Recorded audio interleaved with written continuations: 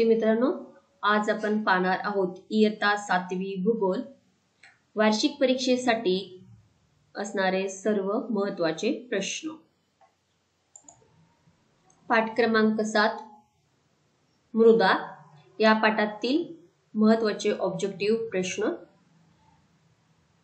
इथं आहे। वनस्पतींची मुळे, पालापाचोळा, प्राण्यांचे मृतावशेष इत्यादी घटक पाण्यामुळे कुजतात। अशा विघटित झालेल्या जैविक पदार्थास ह्युमस असे म्हणतात। ह्युमस म्हणजे काय असा प्रश्न येतो परीक्षेला, तर त्याची व्याख्या इथं अशी लिहावी लागेल। पुढचा आहे मृदेच्या निर्मितीमध्ये कोणते घटक विचारात घेतले जातात।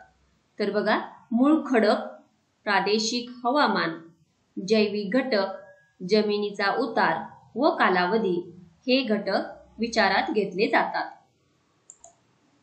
इथं पुढचा प्रश्न पाहणार आहोत।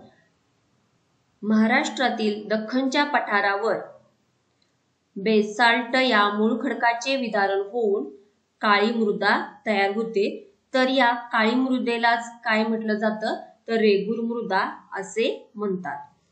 इथं रिकामी जागासाठी येऊ शकतो। महाराष्ट्रातील दख्खनच्या पठारावर कोणत्या प्रकारची मृदा तयार होते, तर उत्तर आहे काळी मृदा किंवा रेगूर मृदा। 2.5 सेमींचा थर निर्माण होण्यासाठी किती वर्षांचा कालावधी लागतो, तर मृदेचा 2.5 सेमीचा थर निर्माण होण्यासाठी हजारो वर्षांचा कालावधी लागतो। हे रिकामी जागासाठी प्रश्न अपेक्षित आहे। पुढं, बेसाल्ट या खडकाचे अपक्षालन होऊन कोणती मृदा तयार होते, तर बेसाल्ट या खडकाचे अपक्षालन होऊन जांभी मृदा तयार होते। इथं महाराष्ट्र राज्यातील मृदेचे प्रमुख प्रकार किती आहेत व ते कोणते ते लिहा असा प्रश्न येऊ शकतो। तर पहिला आहे जाडी भरडी मृदा।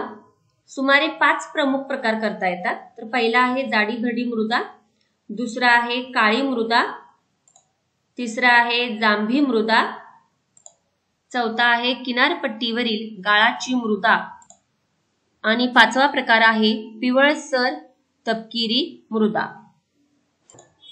मृदेची धूप होणे म्हणजे काय, तर वारा व पाणी यामुळे मृदेचा थर वाहून जातो, म्हणजेच मृदेची धूप होते। मृदेची अवनती होणे कशाला म्हणतात, तर काही कारणांनी मृदेचे आरोग्य बिघडते, यास मृदेची अवनती होणे असे म्हणतात।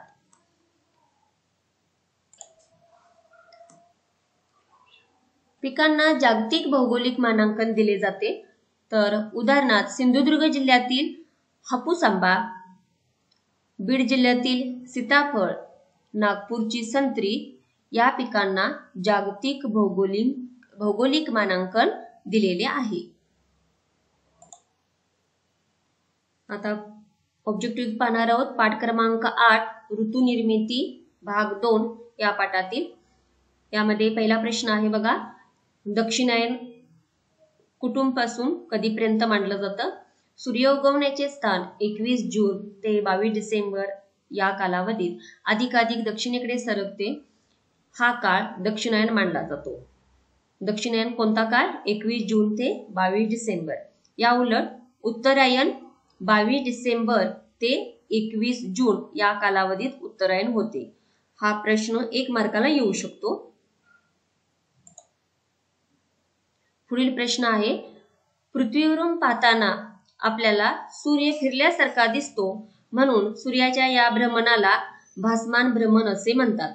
इथं आपल्याला प्रश्न विचारला जाऊ शकतो, सूर्याचे भासमान भ्रमण म्हणजे काय। इथं आपण पाहणार आहोत, उपसूर्यस्थिती आणि अपसूर्य स्थिती म्हणजे काय। पृथ्वी सूर्यापासून कमीत कमी अंतरावर असते, ही उपसूर्य स्थिती असते। तर पृथ्वी सूर्यापासून जास्तीत जास्त अंतरावर म्हणजे अपसूर्य स्थिती असते। उत्तर गोलार्धात 21 जून हा सर्वात मोठा दिवस, म्हणजेच तिथं रात्र सर्वात लहान असते। तर दक्षिण गोलार्धात 22 डिसेंबर हा सर्वात मोठा दिवस असतो. इथं तुम्हाला रिकामी जागासाठी प्रश्न येऊ शकतो. उत्तर गोलार्धात कोणता दिवस सर्वात मोठा दिवस असतो? तर 21 जून.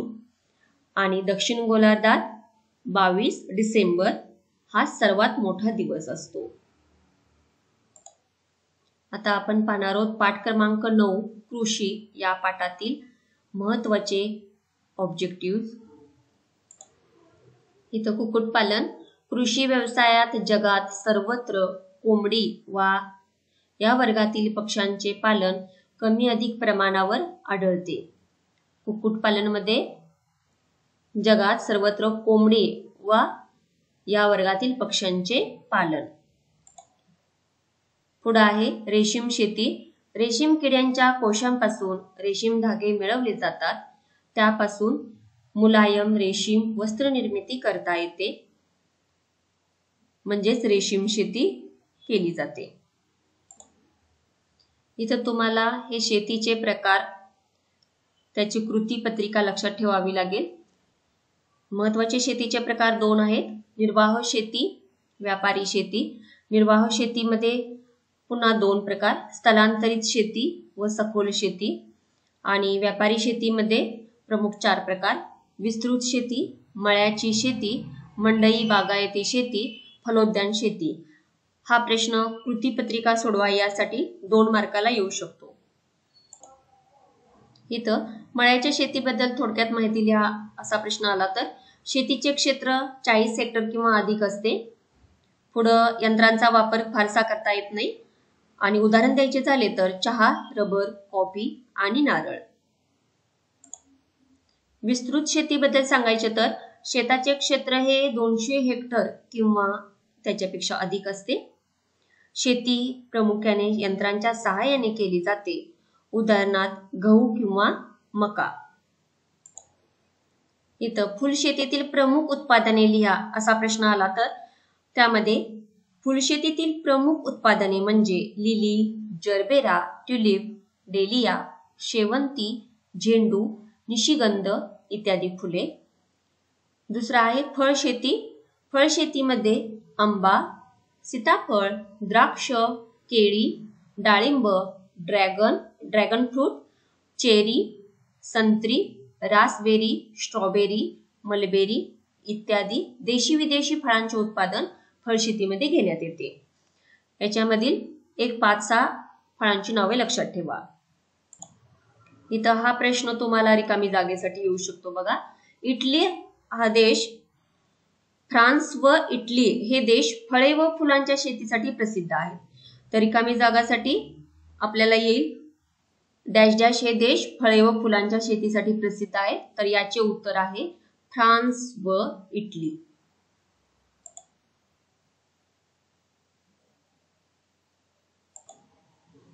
कृषी पर्यटन बद्दल थोडक्यात माहिती लिहा असा प्रश्न आला तर कृषी पर्यटन हे पर्यटन व्यवसायातील एक नवे क्षेत्र आहे.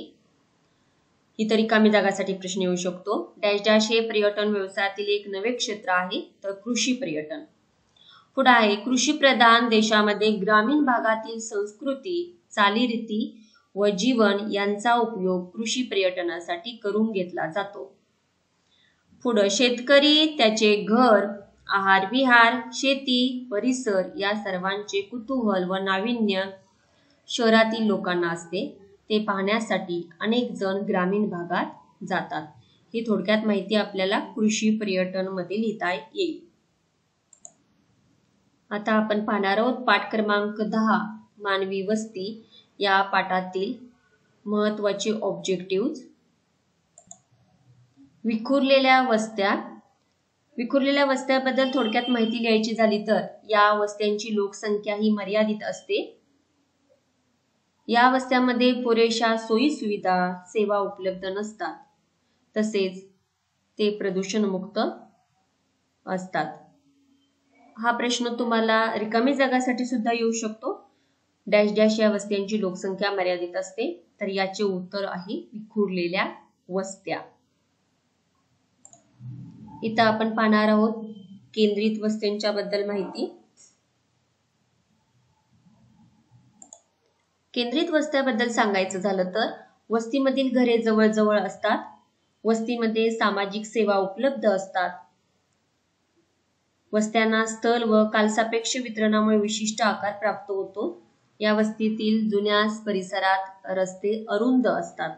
यामधील 1-2 पॉइंट तुम्ही लक्षात ठेवा. आता आपण पाहणार आहोत रेषाकृती वस्तीमधील वैशिष्ट्ये. या वस्तीमधील घरे एका रांगेत असतात. रस्ते एकमेकांना समांतर असतात. घराशिवाय वस्तीमध्ये काही दुकाने असतात. उदाहरणार्थ भारतातील किनारपट्टीचे प्रदेश. तर अशा प्रकारे इथे आपण सर्व ऑब्जेक्टिव्ह प्रश्न पाहिलेले आहे. स्वाध्यायामधील प्रश्नोत्तरे पाहण्यासाठी व्हिडिओची लिंक डिस्क्रिप्शन बॉक्समध्ये दिलेली आहे.